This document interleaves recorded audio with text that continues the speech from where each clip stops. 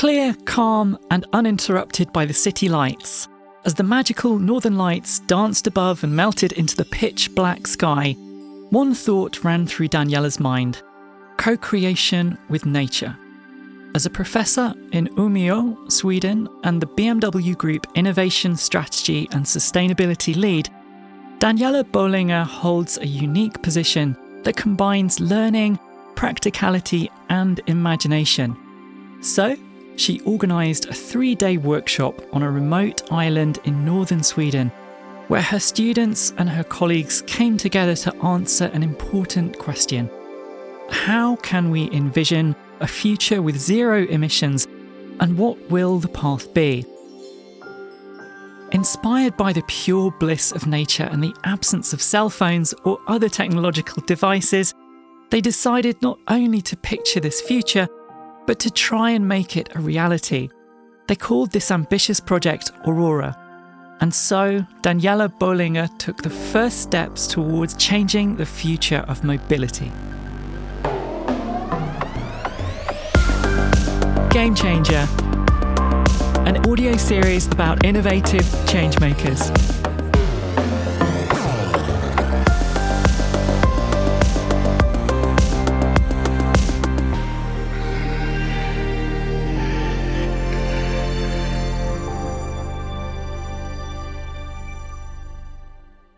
Today's Game Changer is Daniela Bohlinger, Innovation Strategy Lead and Sustainability Lead at the BMW Group. Furthermore, she is a professor in Umeå, Sweden, and a member of various scholarship committees, the Fulbright and German Academic Scholarship Foundation, and is sought after as an expert for jury work and lectures precisely because of her knowledge, her conviction, and her critical questioning. With her many years of experience in her previous role as Head of Sustainability Design. Today, Daniela is primarily focused on the following topics. What does BMW need to drive forward in research and advanced development? Do the big issues differ from the issues we are dealing with? With more than 2 decades at BMW, Daniela has become a pioneer and inspiration for all those who are ready to change mobility as radically as possible. After all, changing such a big game requires not only imagination and courage, but also plenty of expertise. Hello and welcome, Daniela Bohlinger. Hi there. Thank you. How are you doing today? I'm good. I'm very good. Thank you so much. Well, thank you for coming on the show. It's really a pleasure to be speaking with you. And for anyone who's joining us, we're right in the middle of holiday season. And I don't know if you've been anywhere lately, Daniela. Any holidays? Yes, I'm already back. So, we were traveling actually 4 weeks in the US, meeting friends. We were not sure if we want to travel to the US next year, so we just did it. And it was great. We were really a lot outdoors and fishing and hanging out with friends, barbecuing, camping, and so on. Sounds idyllic. Well, I'm going to jump right in and ask you all about the Aurora project and really how it started and where it's going, what the next steps are going to be. Can you tell us all about it, please? Well, all about it. Ooh, where should I start? I think, connecting the dots of a journey which started a long time ago with a vision that we cannot continue growth without sacrificing too much.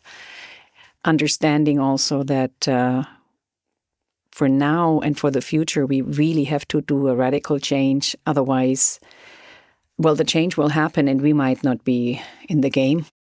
So it's always fun for me when I'm at the university collaborating with the students, which are very open-minded, and it's a different generation as well, which I'm not normally surrounded with at work.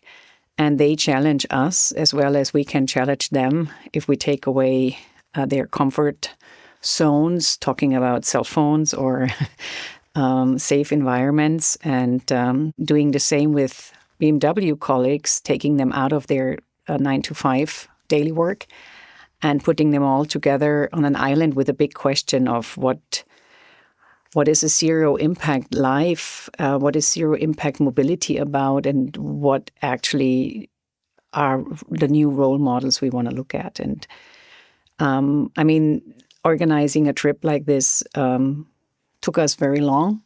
I see, relatively long. It's like maybe 1.5 years planning, but in the end, it was a project which was mostly done by the students, but I think my colleagues, they gained so much out of this experience that we brought back a rich load of new impressions and ideas back to BMW to refresh the thinking. It's an important thing sometimes, isn't it, to get away from the environment where you're working and to put yourself somewhere new, and just the free thinking and the kind of expansive ideas that come from being in a different environment. Yeah, absolutely. And I think it's not only just to be in a different environment, but also make yourself a little bit uncomfortable. So you start feeling your personal, calling it boundaries again, to overcome them, to really get deeper into what knowledge is about or what you really want to aim for. So life is very safe, especially here on this part of the world. And we are all sitting in very comfortable cushions. I think I like to be a little bit uncomfortable sometimes, so that you feel more, that you get the goosebumps again on questions, or feeling uncomfortable in searching for answers, probably not having them at the moment. And it's not bad. It's good. Yeah. I guess we don't have the answers to everything. And I'm a big believer in that myself. You know, sometimes when things feel too comfortable, that's a sign that you need to challenge yourself. And it's easier said than done sometimes, because being comfortable can be nice. But when was the last time you felt outside your comfort zone? Can you recall when that was? I think it's constantly leaving my comfort zone. I mean, the biggest jump leaving my comfort zone was when I decided, after 22 years being in the design department and leading the sustainability strategy there, leaving this to the next level of an unknown situation. But I was convinced that if I really want to make a bigger move, if I really would like to push my convictions further, I have to move on time-wise within the development process of BMW. And that meant that I left my beloved department and all the friends, in a way, and moved on to the innovation department, not knowing what is happening there. And the whole department was in a new setup and not yet framed. And it's still like we're still in building up new ways of looking at things and designing innovation, trying to explain why we have to go in different inventions, or where do we have to look in which corners we haven't looked at, and why would it be important for the future of BMW. And that is what I think for myself was particularly a brave move, leaving my comfort zone. Yeah, I think anyone would agree that's a pretty brave move, and pretty courageous too, really, to take on something that's not even an up and running sort of known quantity, to go in and build something new from the ground up.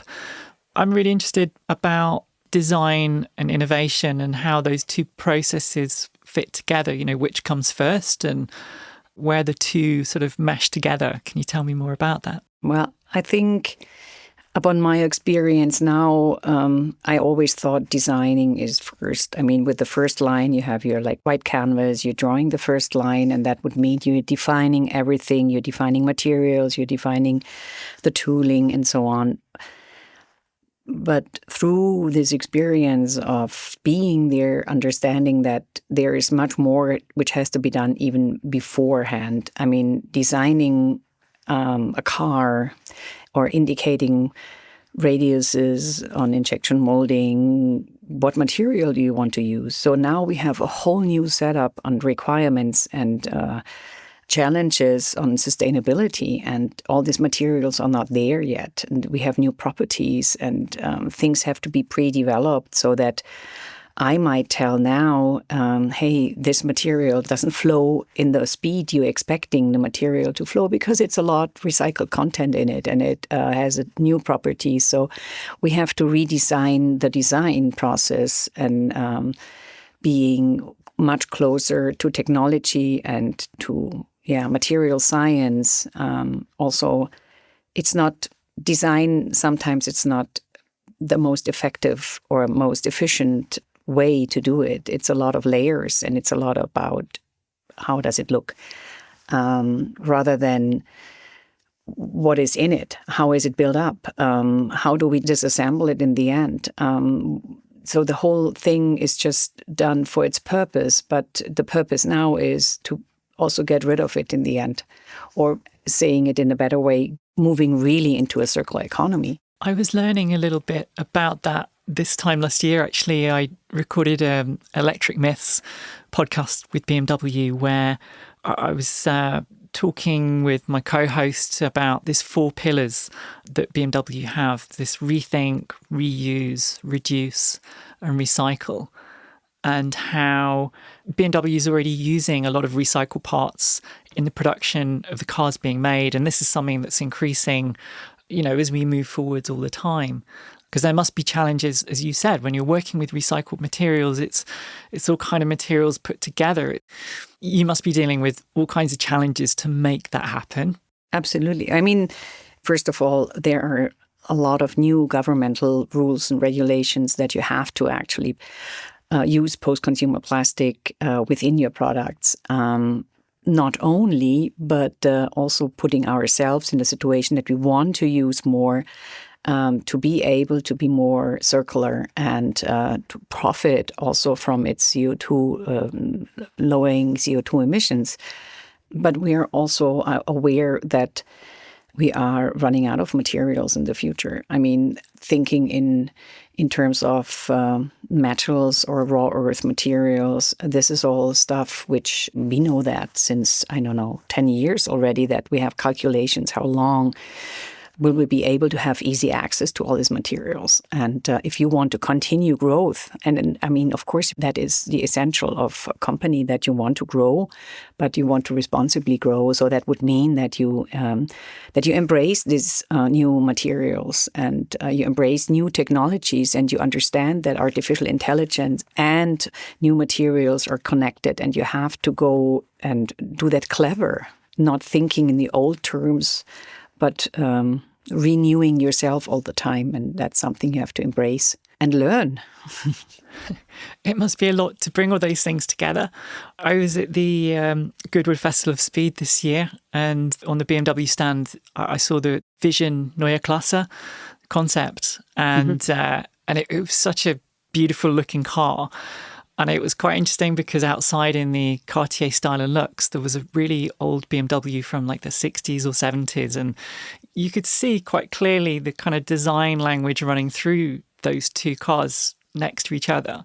But equally, all this new technology and material science sort of gone into the Vision concept. And I found that really exciting. I imagine you must find it, it's a challenge working with all these materials and concepts, but what's coming out of that must be really, really exciting, because it's a whole vision of where the future's going, right? Absolutely. I mean, I think we are in the middle step at them. It's like, it's not the end yet. So it's a lot about the principles of what do you really need? I mean, what does it make to be a family member of the BMW Group car-wise?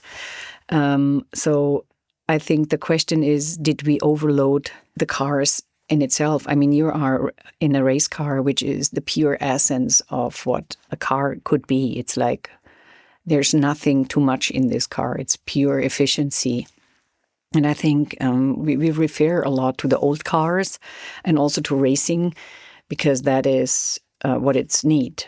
But the question is, how much bling bling do you need in a car? How much lightings? How much welcome carpets?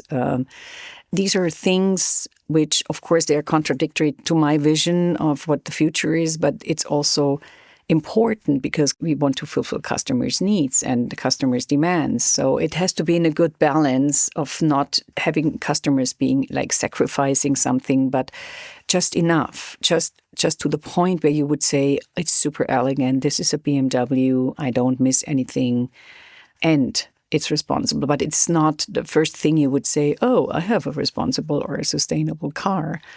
That is not what we want. We want pleasure. We want to give the people fun and mobility. I guess that's the essence of successful design. It's bringing all those elements together, isn't it? And making something that's not only appealing to the customer for those variety of reasons you said, but it's something that fulfills those needs, that is using materials in a sustainable, environmentally conscious way.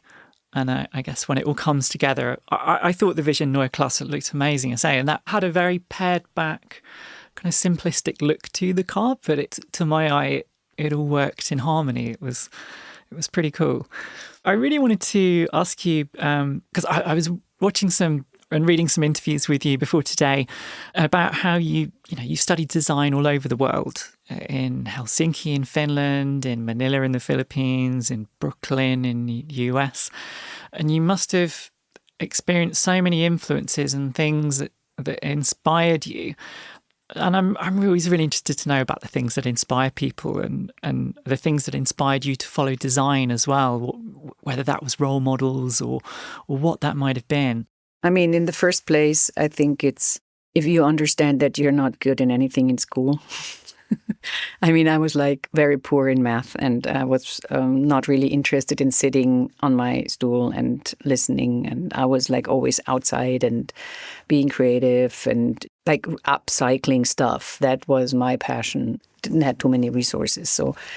But the question is, how do you make money out of that funky ideas of like upcycling stuff? So there was this rule in my family, everybody has to do a kind of apprenticeship before you whatever study or whatever you want to do. So I was actually going through a hard time, 4 years of learning to become a goldsmith, which is the opposite of like running around and being funky.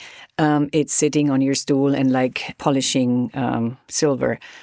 For hours. And I'm like, I figured out that this was enough, like these 4 years of learning. I'm done with it. I'm not going in that business. But you learn from the scratch. I think the biggest learning for me and for life was you have to do everything with very careful. In every step you do, you have to finish up in a way, don't stop in between. Because if you go through making up whatever jewelry set, and you will be on the polishing side and you see that you missed out in the beginning, that you had to do some fine polishing in the beginning, you have to start from zero again because you will see all your laziness. So understanding that things have to be finished up piece by piece by piece, and me, again, understanding I would like to become an industrial designer. I don't want to sit here and make piece by piece jewelry for people who can afford it. Even I couldn't afford my own jewelry because I was a student or like learning. So I didn't have really a lot of money of like making my own jewelry. And I wasn't really interested in that. I was interested in making something you scale up. You design it once and it will be produced 10,000 times. I mean, how cool is this? So, cool. Yeah. And second, I grew up in a rural area in Bavaria with a huge family, and I really wanted to escape. When I was a teenager. It was like all too much for me on control. So that's why I left. And that's why you can mention Manila and Helsinki. And actually Helsinki, I never wanted to go. I wanted to go to London, to the Royal College of Art. I thought that would be my place. But unfortunately, my school sent me to Finland, which was also a learning. Maybe that's why I end up now in Sweden, because I love the nature there. And I love also the people, the mentality of Nordic countries. Yeah, but I think learning a lot of things I saw in my life, especially in Southeast Asia, while I was there in the 90s, they were not dealing at all about environmental concerns. I mean, that was horrible for me to see how unconscious and non-responsible they were with wastewater or like any kind of things they used to produce the stuff they produced. And I mean, when I came back, I'm like, okay, this can't be continued. I mean, you were designing blue, whatever, wood color dyed in blue, and then you were going to the plant and the river was blue because they were just doing all this wastewater like right in the river and then right in the ocean. And so coming from Germany, we already had a very working recycling systems. We were very early. We started in the 70s with recycling and then a more conscious way of living. This really scared me off. Obviously not enough. Then moving to the US and doing my master's there, living in Brooklyn, wanted to live in New York, wanted to live in the big city. Also understanding what competition is about and what it means to be really on a very high level an expert and showing that you can do something and being in this competition, working hard every day just to survive. It's a part of learning when you're young and you are in New York, especially while that time in the 90s. And alone, that was also, I did all these travelings alone and moved there. Made me to the person I am now. It's not that you can be alone, but you are never lonesome, I think. I like that saying. I've done a lot of solo traveling myself, and I think, yeah, the experiences you have traveling on your own are very different to, in terms of the openness you have to embody to make new connections and to, yeah, just to spread out. And it's not always a lonely existence, is it? It's actually teaches you to be comfortable in your own company, and that in itself, I think, is a good thing. Mm-hmm, exactly. It's like teaching you that you are good company. Maybe you're not your best company by yourself, but it's like you do good and it's okay the way you do. And sometimes you need somebody from the outside telling you, hey, slow down and think a little bit more about yourself. And it's not all about pushing. Even so, I feel that I have so many ideas, and I'm going back to the BMW story. I'm there since 2002, so and there are more years to come. There are more things I can move. I would love to, because I just feel that we need a lot of also brave women as role models in this industry. Like yourself, you're saying, like in the race, motor race, there are not so many brave role models out there who show the world, hey, whoever you are and what you are, just do it. It is a kind of tough business in the car industry. I mean, even now, we have not too many female role models who show you that it's good the way you are. You don't have to imitate men. You can be the way you are as a woman or as Daniela or as somebody who is convinced on the way, the things you want to do and you want to change, and you can convince and you can fight for it. I agree with you wholeheartedly. I think it's so important that women feel they can be themselves in a whole variety of industries that are so traditionally male-dominated, where people perhaps feel they have to be a certain way, a certain version of themselves to succeed.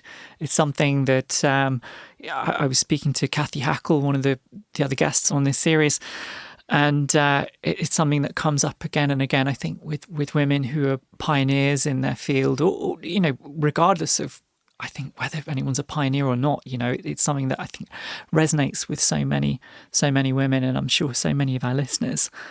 I really want to circle back because you mentioned nature and loving nature and how important that is to you. And, both in terms of being in nature and how that was the place where the Aurora project began. And also, this passion for nature seems to be something that comes back again and again, and how it works. And I really want to know if this is something that influences your ideas for design and innovation. It does. I mean, in nature, everything is, in a way, perfect. Nature in itself is highly efficient. Nature, either it's the plant world or any kind of like wild animals, none of them has the energy or has the resources to fuss around. So I love this watching that understanding. I mean, like, my husband is also a hunter. I'm fly fishing, so I'm more in the water, hiking up rivers. But understanding, it's interesting what he taught me is in winter when you see a line like, you're not sure if it's a dog or if it's a fox, but you know the difference, how you can figure out if it's a dog or if it's a fox, you know? Actually, no, I don't know. I don't know. I really want to know. A dog is running around like crazy. He's like running back and forth and like turning around. And he knows he gets food twice a day. And so he's jumping and he's playing. A fox will always go very straight. You will very rarely see a fox, like the steps in the snow from a fox who is like jumping around or doing anything, because it's all about resources. He doesn't know when the food comes next time or when he can find something he can eat. So that's with most of the deer or any kind of like wild animal will go the straight way, will not fuss around. And I think that is interesting. It is all about efficiency, or it's about understanding what kind of resources you have and dealing with it and not wasting energy or wasting too much. And it refers again to like a holistic, sustainable way.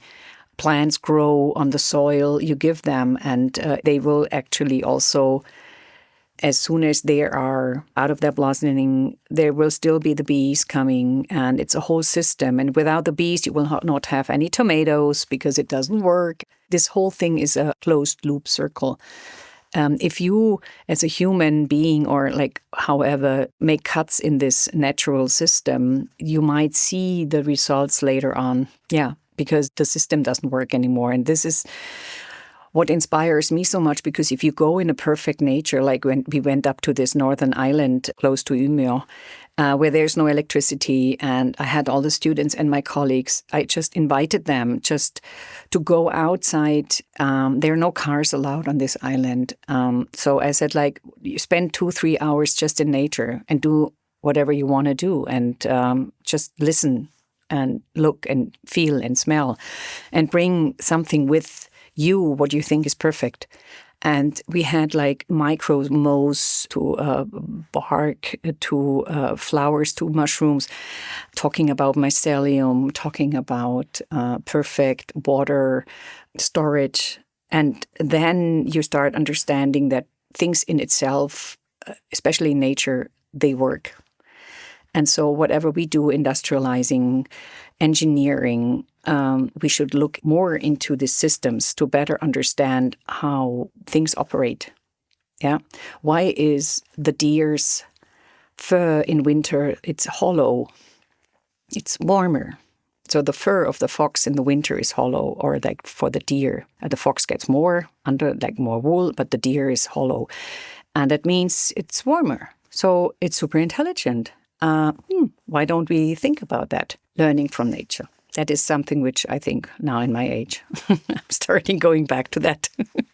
I guess it's like the same principles as you were learning when you were hammering away as a gold silversmith. If you take one part out of that process, or you don't complete it, or you remove it, or whatever, the whole thing ultimately falls down. And whether that's design, whether that's nature and the symbiosis between all the organisms around us, then it's that same thing. You have to get everything to work together. You have to complete all those steps, and that must inform your whole approach to everything you look at. You must see the world in a very kind of interconnected way that I guess that must help to come up with this inspiration. And circular economy is exactly about that. I mean, whatever you put in, you have to understand how you actually get it out, get it in a circle.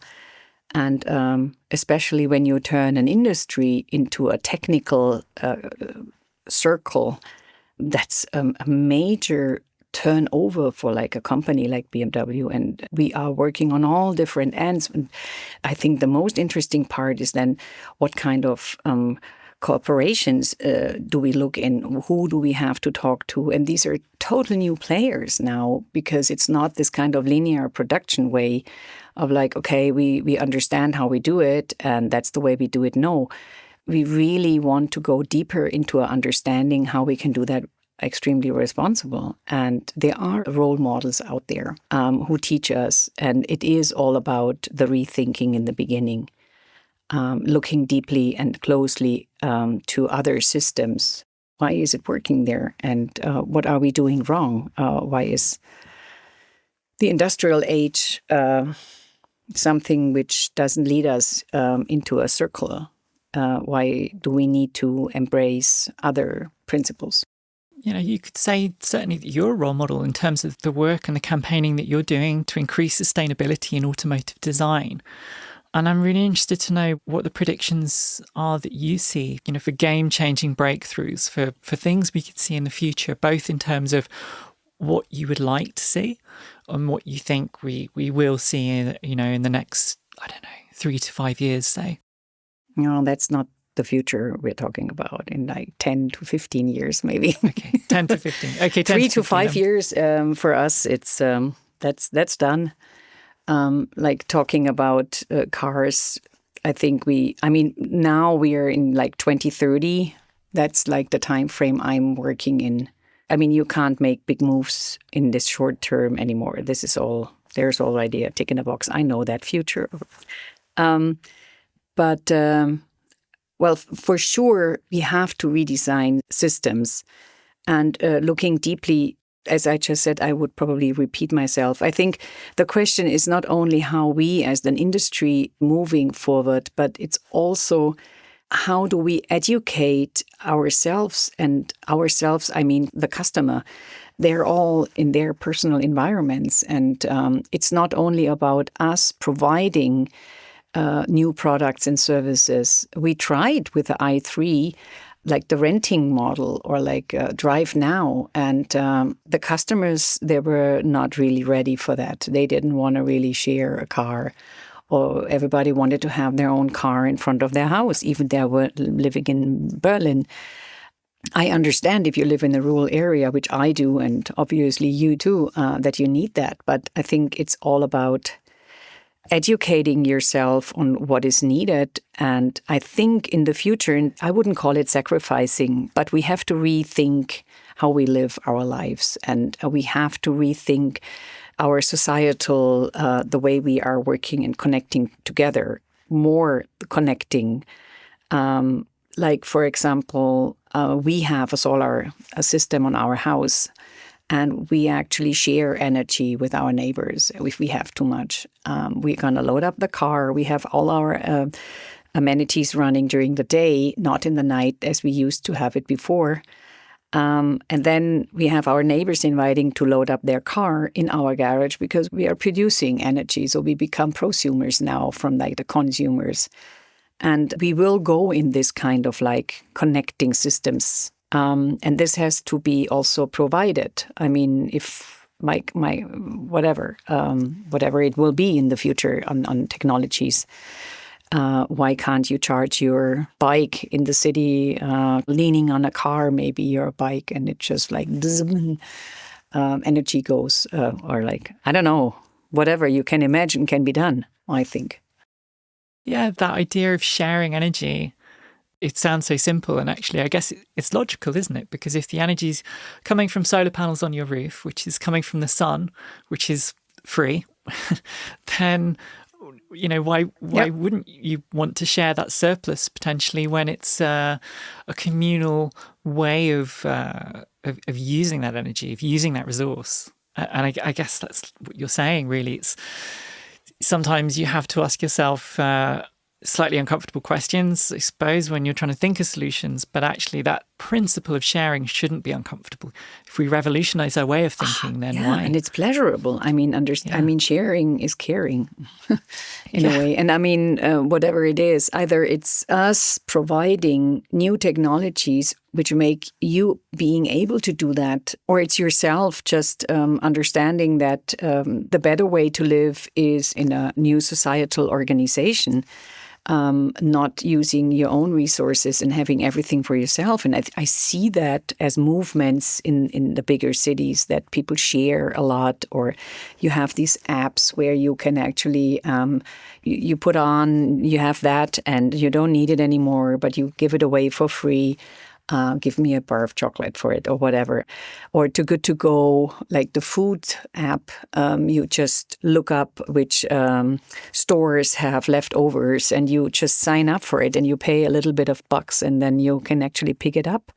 And I just did that. This is all everywhere in the world. So stuff like this has to become normal again. And it's not that you're like, oh gosh, I'm not taking anything which is old or secondhand or used or whatever. No, that's the new economy. It's the way we should deal with stuff. It's a lovely way to live. I moved to Brighton a few years ago, and the day I moved in, someone on the street came up to me and said, oh, welcome to the street. We have a neighbourhood WhatsApp group, and everybody just posts in it if they want to be a part of it. And people say, oh, I'm chucking this out. Does anyone need this? Oh, does anyone have that? And it's the same principle that you're describing, where everybody, uses and upcycles and shares and lends things to each other. And it's a great system. I love it. And it also creates a real feeling of community.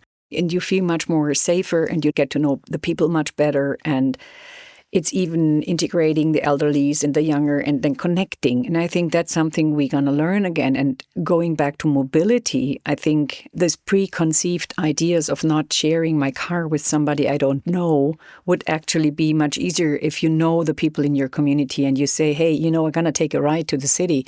Does anybody need something, or does anybody need the ride? Which makes it much easier. And these are things we can't push. We can only provide mobility as a service, cool mobility. That's what we do at BMW.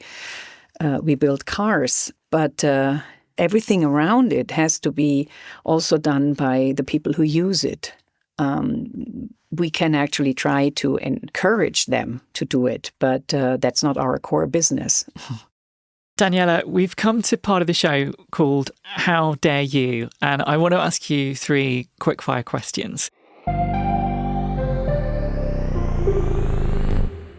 What was the last new thing that you tried? The last new thing I tried was I actually got trapped on an advertisement on a new pillow. And I ordered it. I never do that. I ordered it because I'm really a not good sleeper. So I ordered it and I try now to sleep on this new, fascinating, innovative pillow. I can't tell you if it works because it's so brand new. It smells, I can tell you that. It smells good? No, I'm not sure. It smells new. Well, I hope you have a sound night's sleep when you get home this evening. What is the new thing that you want to try but you don't dare? I would like to be able to fly fish with my left hand. But you're not very ambidextrous. It's just another challenge so that I can reach other spots on the river, which I can't reach with my right hand. I see. Can I ask you what's currently stopping you from doing it? I have to solve out first that I'm not hitting myself with the hook and getting out fully destroyed. Actually, it's not really something which stops me from doing it, but I think I have to be alone so that I'm not blaming myself of not performing good. So I have to practice. And I once did a fly fishing course for a weekend. And I spent so much time trying to pull the hooks out of the bushes behind me. So I'd like to say I completely understand where you're coming from with this. Lovely. Definitely. That's brilliant. Daniela, I could talk to you all day. Honestly, it's been so interesting. Before I wrap up, I just want to ask you one final thing, really. And hearing everything you've said, I just want to know if there's anything you can share with the listeners about how we can make a difference in our own lives in terms of sustainability, and if you have any takeaway thoughts that you could leave us with today. Well, I think the best way is rethinking your habits and rethinking the way you live your life and adapting slowly. Don't think you have to make this major change like immediately, but celebrate small steps in your life where you see that you have an impact. And I'm sure everybody has access to the necessary questions you have to ask yourself. And if you're willing to do that, you will see that you benefit so much because it gives you so much pleasure. If you can contribute something, also, it's not only for yourself, but also to society. So I encourage everybody, just do it. And do it in small steps, as I said, that you don't think, oh my gosh, it's so overwhelming. My life has changed totally. No. Just do it small steps, and you will be a happy person. Thank you. That's really inspiring. It's been amazing to hear your story, and and just visualizing a world where we're learning from nature and biology and using design to build a better future. So, Daniela Bohlinger, thank you so much for being a guest today. Thank you very much for these lovely questions and this great conversation. Thank you. Well, you've encouraged me to think about the small steps I can take and celebrate in my own life, and I'm sure our listeners will be feeling equally the same. So I'd like to wish you all the success in your continued work you're doing at BMW. Thank you. Well, folks, I'm sorry to say that this is the last episode in the Game Changer series, but you'll be happy if you are hearing this for the first time to learn that there are 5 other episodes in the series to listen to. We've had some amazing guests who are changing the game in their respective industries, so do make sure to go back and give them all a lesson. And it's goodbye from me.